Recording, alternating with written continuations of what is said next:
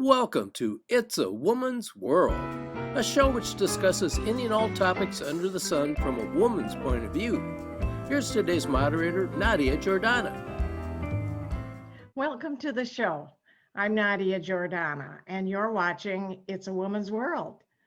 I'm very excited about our guest today. Junita Flowers is an entrepreneurial business owner, but way back when, before she embarked on this new career path, she was one of the co-hosts on this very program.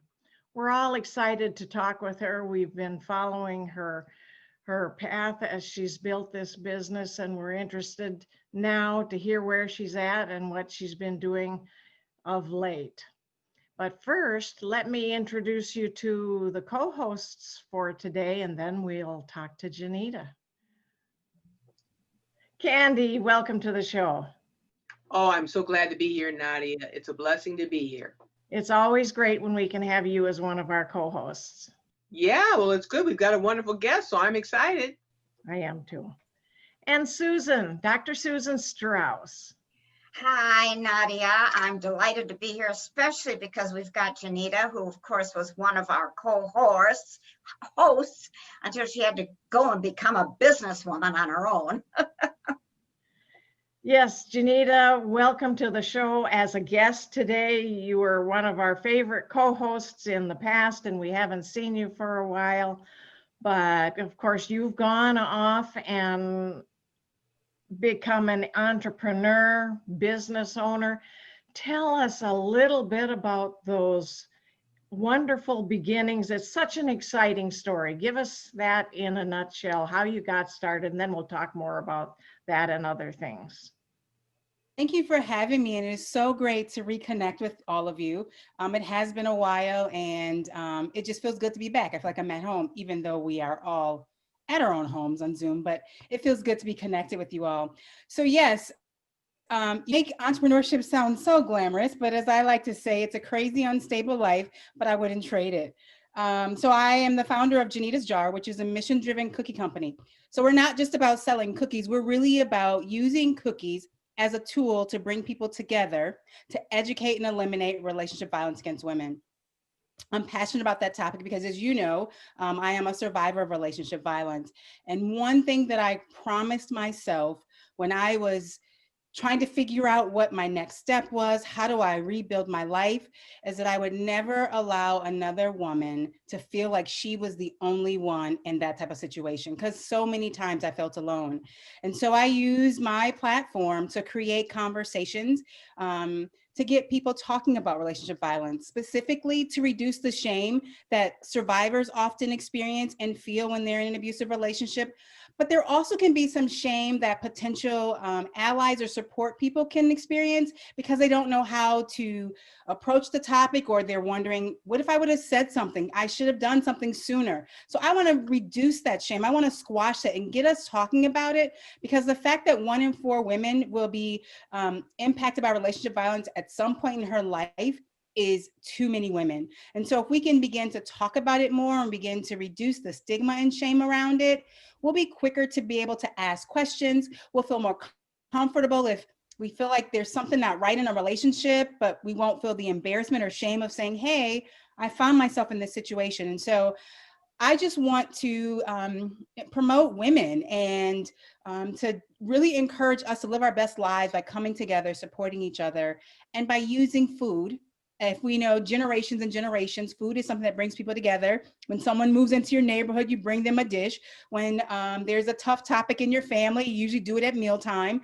If someone has a baby or there's a death, there's usually food. And so food has this way of sort of leveling the playing field or leveling the table. And there's a certain amount of vulnerability we bring when we're going to connect over a meal, over dessert, over a beverage. There's just like sort of, we're all kind of on the same level. We're here just to talk. So our guards are let down. And so if I can use something as simple and common as cookies to really get people together talking about something that they wouldn't normally talk about, then I'm doing what I was created to do. I'd be curious. I know that you're a survivor, and I know that you have these cookies, and I know you like to bake.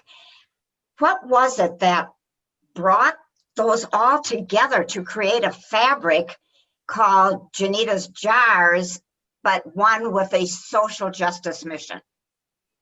Sure. So some of my best childhood memories were spent in the kitchen with my mom, my siblings, my grandmother. I'm one of 8, and my family has deep Southern roots.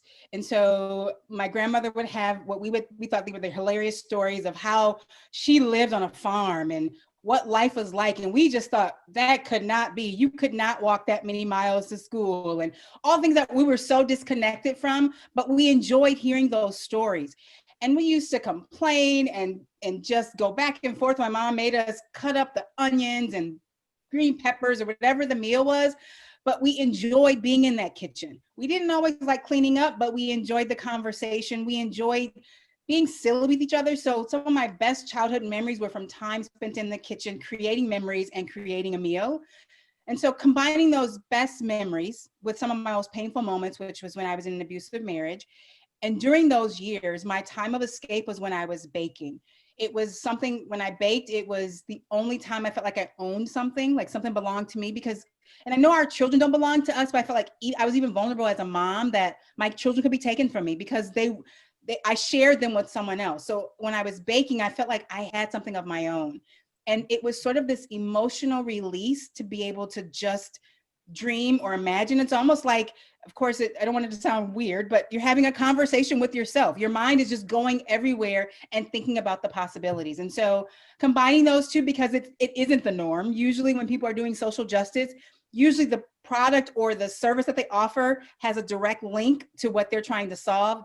The cookie company isn't like that. But that's a great question. And that's what my goal is, to continue to explain and educate that what we're all about. We're not just a cookie company. We're a cookie company creating change by sparking conversation. I love I guess it. what I wanted to know was, now, Junita, when you were in the domestic abuse relationship, did you always have that idea to be cooking, to be baking? Was you always, was that always on the docket during that time? No, I've known since I was 12 years old that I wanted to be an entrepreneur. So I've always known that since I was a little girl. And so my mind was always wondering. I was always amazed by entrepreneurship because I understood entrepreneurship to be this thing where if something didn't exist, an entrepreneur could just create it. Like that was my sort of, just my naive and simple belief of what entrepreneurs did. And so I've always kind of was drawn to that. And it wasn't until as life started to unfold, and that's really how purpose works. You're born with purpose, but a lot of times you don't really have the clarity until life happens and you start moving in a direction. And a lot of times you don't feel confident, you don't feel qualified, it doesn't make sense. And in those cases, it was something that I stumbled upon that was really for me. And then eventually I just kind of put it together because I didn't want women to feel like they were alone. I didn't want women to feel like they had to hide what really was going on in their lives, that they could talk about it. And for the women that don't want to talk about their problems, I still want them to know they weren't alone, because I will talk about it and I'll let you know that there are other women that experience it and other women that can get through it. Thank you. Were there must have been early ups and downs at different points. What were some of the pivotal points? Sure. As I say, entrepreneurship is a crazy, unstable life. There's just so many unknowns. And in 2015 is when I went through a divorce, and it was sort of that time where, okay, so you're going to be this solo parent. This is when you get your job and, you start afresh and you begin to build this new life. And I was like, well, I felt like I was at rock bottom. I didn't feel like I could go any lower. I'm like, if I tried this business and it didn't work, the worst that could happen is that my kids and I would have to move in with my mom.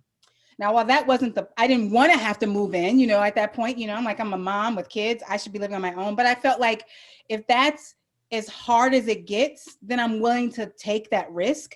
And that's really what got me going. And so but it didn't always work. There were so many times where people just tell you no, or you don't have enough money to make it work. Or there were times when my kids, and they didn't know this, and they still don't know it. At some point they'll find out, but there were times I didn't think I had enough food to feed all of us. And so I wouldn't eat. And I know we hear that, but literally I'm like going on very little income. And so things were really tight. But when it's bigger than you, when it's purpose, somehow it all comes together. And I know that sounds like this wishy-washy thing, but it is so true. Yes, I had a business plan, and I spent 2 years working on my business plan and networking. And so my network really was the resource that continued to propel me forward. So when I couldn't figure out how to get the word out, how to even increase sales, how to let people know that, yes, I'm a social enterprise, but you need to buy my cookies. My network was always connecting with other people to be able to get that message out. I had all these opportunities to speak, which were opportunities to not only get my message out, but talk about the service that I provided through cookies. And so it's been constant pivot, even through COVID-19. In March, as a single parent with 2 children, and at that time, we thought when we were sheltering in place that 4 weeks was probably what we're going to do, maybe 3 months. But I'm thinking like, okay, well, that's really, I don't know, Junita, if you keep going and 85% of your accounts have closed because no one's going into the office, you can't do this. And so I actually applied for a job in March, and I didn't get it. And I was devastated. And as a woman who was guided by my faith, and I was like, really, God, like, this is how we're doing it. My business accounts are closed and now I can't get a job. Like, do you care? Do you see me here? But I gave myself a week to be sad, and I got up and I got to work, and I engaged my audience. I asked for help. And then from there, customers started to respond, and I still wasn't sure I was gonna make it. But then I received a grant from, it's called the Stacy's Rise Project, where they want to help female founders rise in their business. I'm like, okay, again, I knew I was on the right path. It's just really hard. It is not easy, but that was enough to get me going. And then you keep going. And then I received another grant. This is all since March, and this is only November. So it's the consistency, it's your network. And then if you have to bring in, part-time income or something, then do that. But it really is knowing that this is bigger than you and staying the course. I would like to know some more about your cookies. What kind do you have? I think I saw something, that you have 3 different types, or did I misread that? Of course, I love chocolate chip, but I'm just curious what you have. Yes, and it's an exciting time right now because we're going through this rebranding process, but we have 3 flavors, and they're little mini bite-sized cookies. We have chocolate chip, oatmeal peanut butter chocolate chip, and oatmeal raisin. And I launched Junita's Jar in July 2018. And so we were e-commerce, and then I'd sold in person to companies and businesses, and it was really relationship based. I wasn't like any grocery stores or supermarkets. I spent 2 years because I really wanted to educate about it's more than a cookie company. But then through COVID, where I had the opportunity to work with the Stacy's Rise Project, I am going through a rebranding process. And so everything about our image is changing. My packaging is going to be purple, which is the color that represents domestic violence awareness. The logo's bigger, like really making a statement so that when people see Junita's Jar on a shelf, not only, yes, I want them to think about their favorite childhood memories with cookies, but I also want them to recognize that, and our message is to open up. You open up a bag of cookies, which you open up your heart, you open up for conversation. And so the message will begin to go through on each interaction with just a simple bag of cookies. You said we. What's the we? Well, I always say, I have a small team that helps with production. I'm actually now in a process of, so I rent a kitchen in South Minneapolis, but working to move into what they call co-manufacturing, where you have a third party that then produces your recipes on a mass scale. So I say we, even though it's primarily me, but I do have I'm a small team that does help with production. Tell us your vision, your mission. So it's really about, I always say we share cookies, we spark conversations, we spread hope. So it starts with the cookie that we want to use to begin to spark that conversation. And ultimately it's about spreading a message of hope, because when I remember this is after I was divorced, and, we were living in my townhome with my kids, and there were days I didn't feel like I could get up. My heart was so shattered. I felt so broken. I didn't know what I was going to do next. I didn't want to continue to live. There were days I wanted to literally carve my heart out of my chest so I could stop feeling because it was so painful. But it was that little spark of hope and the curiosity in my mind, going back to that childhood of entrepreneurs can create something, that little spark that what if there's something more, Junita? Like, what if this isn't just life? What if there's something more? And if you don't get up and start to seize it, you could miss it. So it was that little thing that got me going. And that's the vision behind Junita's Jar. If I can spark that hope in other women to believe that life can get better, even at the darkest day, the darkest moment, you can do this. You can do so much more. And that's what I want to do. So ultimately, I want to grow this cookie company because I want, it's still a convenient and delicious and wholesome product. But my passion after, being in the business for a while is to travel the world as a inspirational speaker, inspiring women to pursue purpose, create change, and make an impact. Well, I have a question now here. You know that your mom and I are very good friends. Yes. And I have to ask this question. How has your faith in the Lord really helped you? Because you touched a little bit about your faith, but tell us a little bit about how your faith has really helped you with this. I always say my faith is my foundation, even in times when it felt rocky, or because when you're just feeling broken and your home life is completely dismantled, it's fallen apart, and you don't know what your next step is.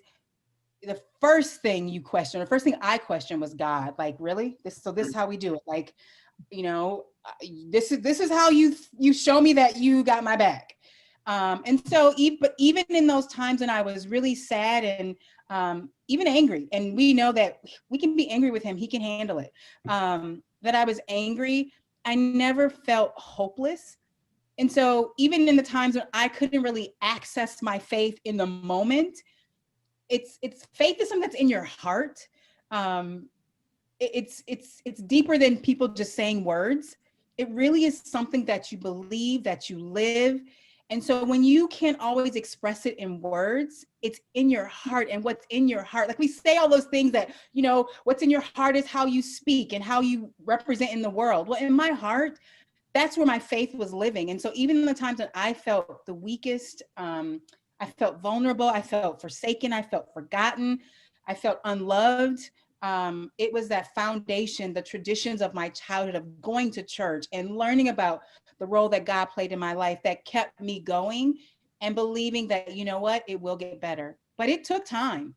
Because that's the thing also, when your faith is a part of who you are, and there's promises that come with faith. And when those promises don't show up the way that you thought they would, or the way that you were taught that they would, you question everything. But I think that's when you come into your own. It's no longer this faith or this religion or this practice that your parents taught you, or that your parents, may have forced on you or shared with you or, passed down to you. It's no longer that. It becomes a personal faith. It becomes something that you pursue for yourself. And it's very different when it's yours and not that of just your parents any longer. Thank you. Mm-hmm. I've seen on Facebook, Junita, that you've done some motivational speaking, right? Yes. Yeah. I can understand that that's part of what you're all about, but can you speak a little bit to that part of your business? Yeah. So actually, last November, so a year ago, I did my TEDx talk. It's called "It All Begins with Hope," and it's my story of going through divorce and launching my cookie company. But when I was, when I got a divorce, I was 41. And I was a stay-at-home mom for 8 years. And like, I didn't know, like, I didn't have really a career to fall back on. I didn't have a business that was like anything. And so I literally didn't know what I had to give the world. I really didn't know. I didn't know what I was good at. I questioned whether I was good at anything. I believed the lies that were told to me for several years. And so I had to dig deep. That's when it goes back to purpose. And I started looking at old performance reviews. I started thinking about things that people always said oh, you're really good at that. And I never thought I'd be a speaker. I never really wanted to be a speaker because I didn't really enjoy it at the time. But that was a message that resonated all the time in my past. That was what came up a lot of times in performance reviews. And so as I'm like, what do I do next? Okay, yeah, I'm gonna do this business, but like, what does that look like? There was that message of public speaking. And then so little by little, I had the opportunities, but then I decided that if you believe that you're good at something, then you have to open up your mouth and share it with people, because that's how opportunity comes into your life. And so I would tell people, and then people would say, oh, do you want to speak at such and such? I'm thinking like, oh my gosh, like I told you, but I wasn't really serious. I didn't think you would say something. But in my heart, I knew that it was something inside of me there was a message that I wanted to get out. And so it took time, and the more opportunities I had, the better I felt, the more comfortable I felt, the more I was able to write, actually write for public speaking. And it filled me up. But not only did it fill me up, it was the comments and the feedback that I received. I remember last year I spoke at a Lutheran church in Blaine, and because their congregation has a domestic violence awareness all throughout the month of October. They recognize that, they pay homage to survivors. As a community of faith, they want to be on the forefront of social justice. And so they invited me to speak. And I had a young woman come up to me. And so I think they had 2 services. And so after the first one, she's like, I don't know what you said, but I've never seen my mother cry. And she cried after hearing you speak. So I'm coming back to the second service, because she volunteered in the nursery for the first one, because I need to hear what you said to my mom so I can talk to my mom. Like that right there, I'm like, oh my gosh, I'm gonna cry. Like, how am I supposed to go back up and speak after somebody says that? And it's bigger than you. But it's those kinds of things that lets me know that you got to keep going. And so that's kind of how it comes into my business, because ultimately it really is about inspiring women. Because a lot of times, especially in that midlife space where your kids are getting older, you don't really know what maybe you're feeling stuck in your career, or you don't know if you want to do your career, you kind of want to exit, you don't know what's next, and nobody's talking about it. And women start to feel shame just even around those things, because everybody else looks like they're enjoying life. And I know that my job is to really inspire women that, nope, pursue it. Push it. You can make a difference. And it's a difference that only you can make. So the world needs your touch, your spin, your hands on whatever that gift is. Junita, you kind of started it right there, what I was going to talk about or ask you about next. You've done so much, and there are other young women and young men, but other young entrepreneurs out there. What are some of the best bits of advice you can give them? Probably the biggest thing is clarity only comes when you're in motion. A lot of times we spend so much time on the sidelines, second guessing ourselves. Should I execute this? Should I start this? Oh my gosh, what if everybody doesn't like it? What if I do it incorrectly? What if I fail? Oh my gosh, I know this is a good idea, but what if this is not the right time? Clarity only comes when you're in motion. You have to figure out how to put some part of that in action. It doesn't mean you quit your job right now, but maybe it means you pull together a focus group, or, maybe you start a side hustle and you start doing it just on the weekends. Whatever that looks like, you have to take a step, because the moment you get it in action, clarity not only starts to come, but there's some momentum that's behind it. And then it starts to energize you as the entrepreneur, and it starts to silence or quiet some of the doubts. It starts to quiet some of the negativity that you may have heard, because now you have some momentum and you have some action to speak against those other things. So the biggest thing is, if you have an idea, a dream, a goal, something that keeps tugging on you to do, you don't have to execute it all at once, but take an action, do something, because that's how you're going to get clarity, and that's how you're going to start to build the momentum. That's the biggest thing.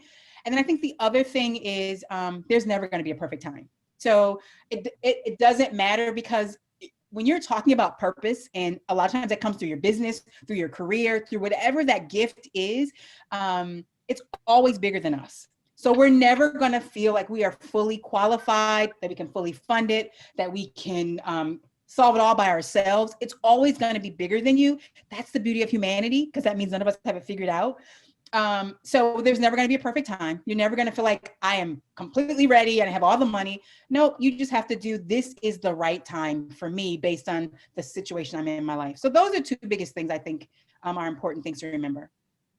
What are some of the characteristics that an individual should have inherent in them to even consider starting their own business and to be successful at it? You know, I mean, I think entrepreneurship can look different in so many different lives.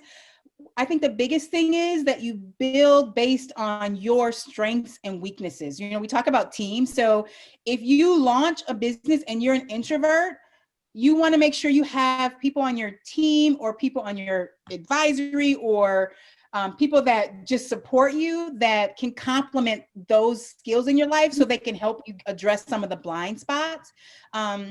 So that I think that a lot of it is about the people that you surround yourself with, but I think a big piece is flexibility.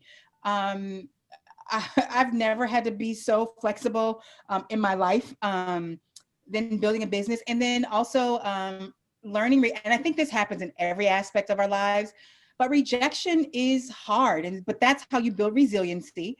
And then you just can't take yourself or life too seriously, realizing that, nope, I'm pretty resolute on what I know I'm supposed to be doing, but I'm not so serious that I can't ever hear what someone else has to say, or even embrace feedback that doesn't always align with what I wanted to hear or land the way that I wanted to land. But it sounds like there's nuggets that I can use to improve my product or who I am as a leader, and be willing to implement that. And then you have to be willing to realize that leadership, whether it's in entrepreneurship or in business, is about serving first. And so you have to be willing to serve your customer, serve your team, serve the people that are supporting you. You have to be willing to serve first. And that can be an ego check, because as entrepreneurship, you know, you're in charge, you get to call the shots, you're making the money. But if you're not learning that leadership means serving first, then I think that can be a hard road. It doesn't mean you're not going to be successful, because anybody can be successful, and success is defined on however they define it. A lot of times society thinks it's dollars and cents. So they can build a profitable business, but that doesn't mean that they're full or filled on the inside. Sometimes those people can be empty, and it just looks like they're the good entrepreneur. And we are out of time. Junita, Oh my goodness. fantastic. Thank you. Thank you for coming on the show today. And Susan, thank you for being a co-host with us. Candy, it's always so much fun to have you on the show. I love it. I love it. Thank you.